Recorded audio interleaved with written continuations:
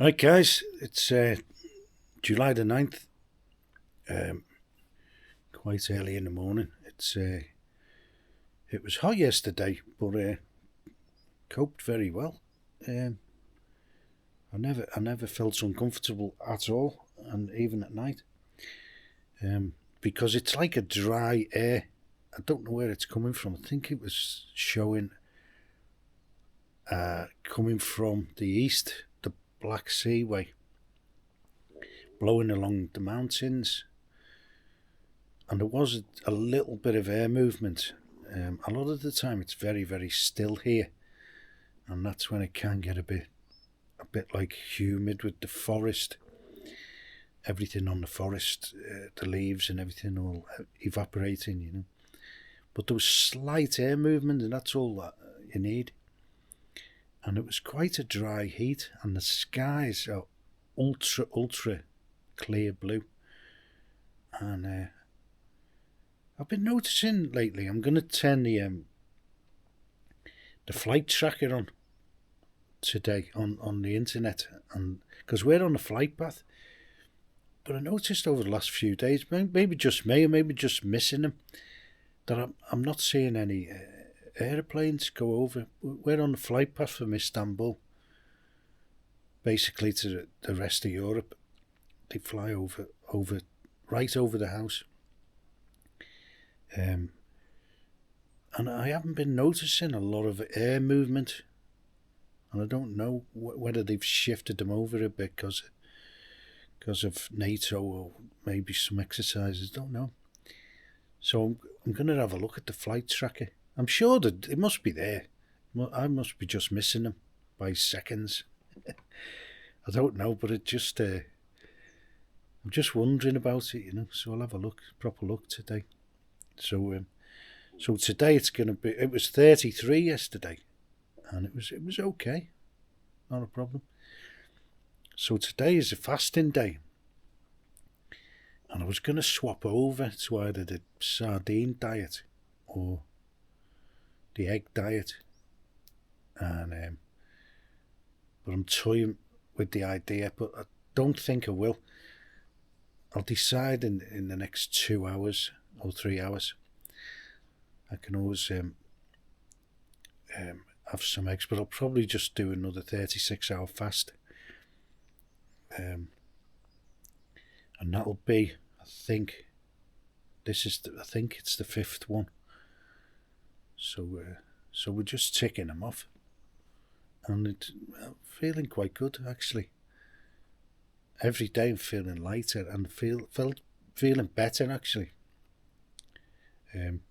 Not that I was feeling bad at the start, but when you start feeling lighter, that's the key. I don't think I've lost that much weight. I haven't been weighing myself anyway, so you can tell by your clothes really a lot of the time, because even you can lose water and all sorts or fat and whatever. So it's mainly the clothes will tell you. So I've been looking at what's going on in like France and Bulgaria. It's pretty much the same thing. They've got like it's all broken up. The majority in the French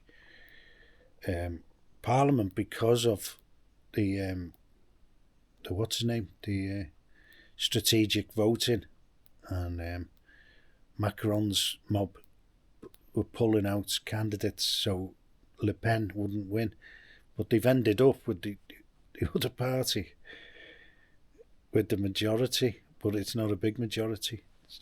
And that's what's going on in Bulgaria, and that's been the case for the last 5 years. But like as France descends into chaos, nothing really happened in Bulgaria. Nothing, because people don't put a lot of importance onto central government here. They just see them as like these corrupt people who just kind of steal the money. That's how they look at them. They don't look at them as like, the great leaders and all the rest of it. That's how they look at them. Complete like fraudsters. And so if they're in disarray, it doesn't really matter. It doesn't matter.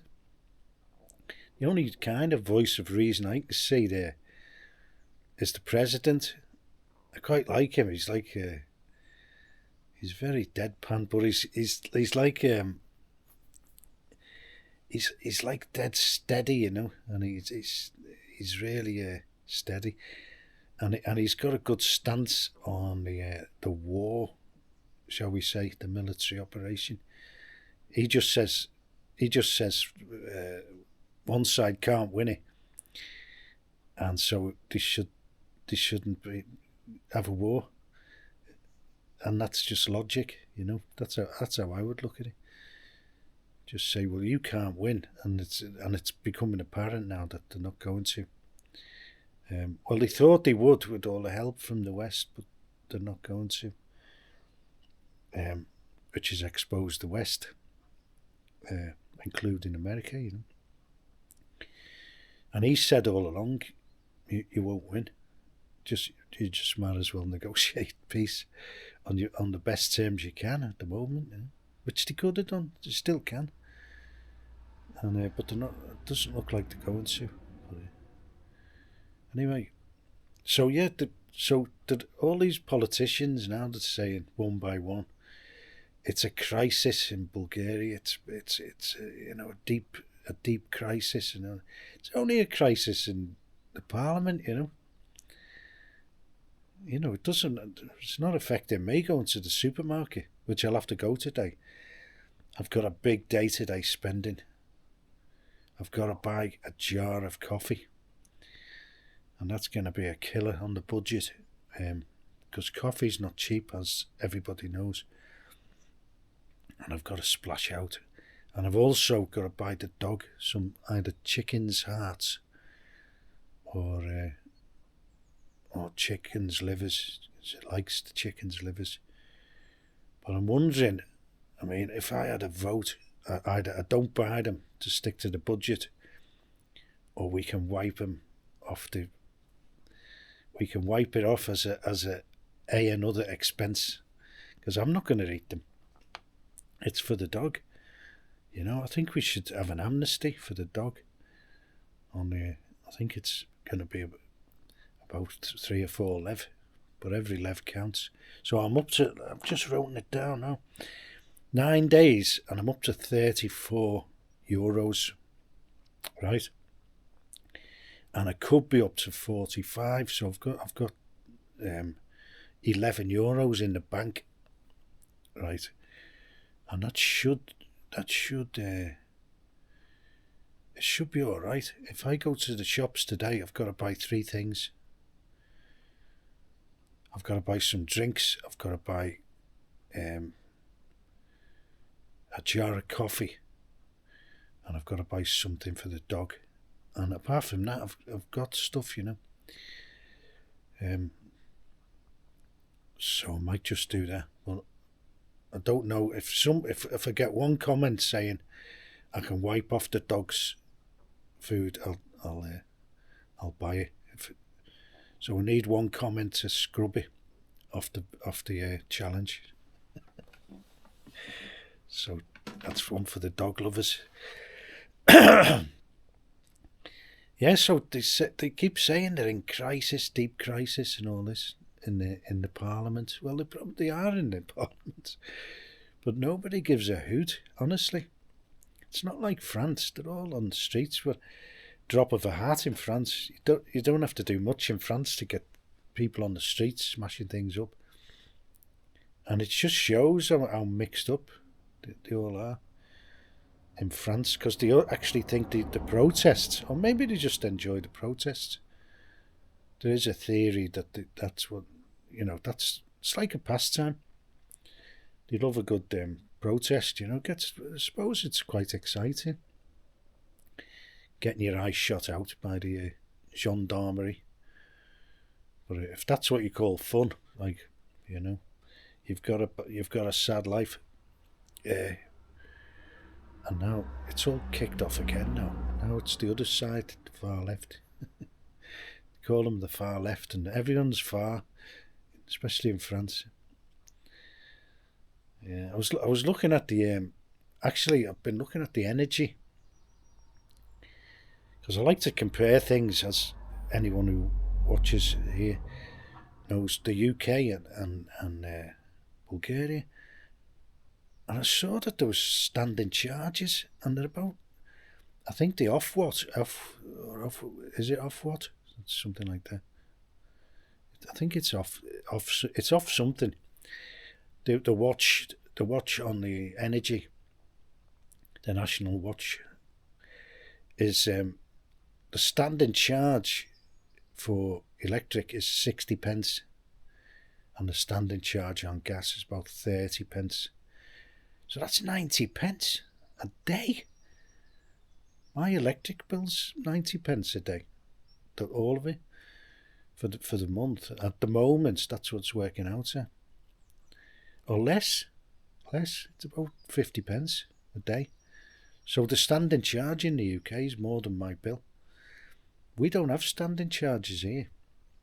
And I'm on bottled gas anyway, so can't have a standing charge on that. But there isn't any on the electric. I thought they got rid of the standing charges back in the 80s. I'm sure they did. Well, what they do is just hike the price up instead. Say there's no standing charge, but I think it's better for them if there is a standing charge, because they're guaranteed then of that money, wherever. It's a terrible system, that, because there's no real cost in, like, if someone doesn't turn the lights on in the house, there's no cost to the electric, to the supplier, really. Is there? I mean, the meter's there. It doesn't cost them anything, because they own the meter anyway. At the end of the day, it's their meter. So I don't see where there's a standing charge comes in. Just criminal activity, innit? More criminal activity. So why didn't the Labour government say, we'll look at... They have said, actually, in the manifesto, they'll look at standing charges and try and get them down. Why don't they just say, you've got to do away with them? This is supposed to be in a crisis, cost of living crisis. But nothing's coming down,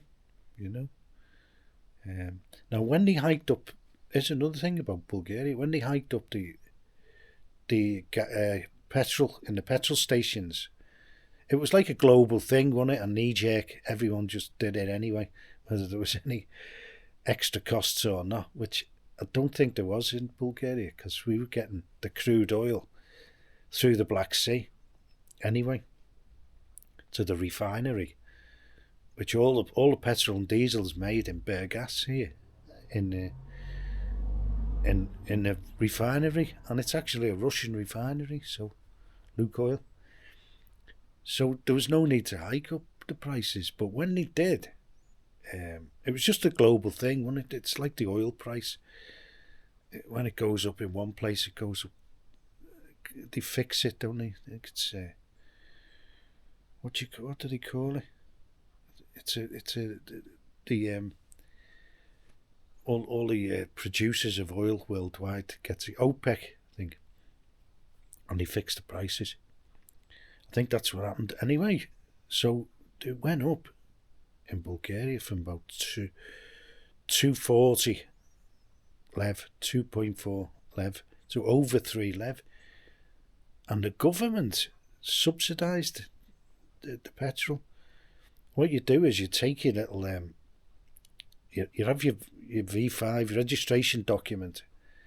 But you get two here. You get a big one and a little one, and you carry the little one around in with your cards, and you have to produce that if you get stopped. So all you had to do was produce that in the petrol stations, and you got a discount, and it wasn't a little bit, it was a lot, And I used to do that. some of them were taking part and some of them weren't.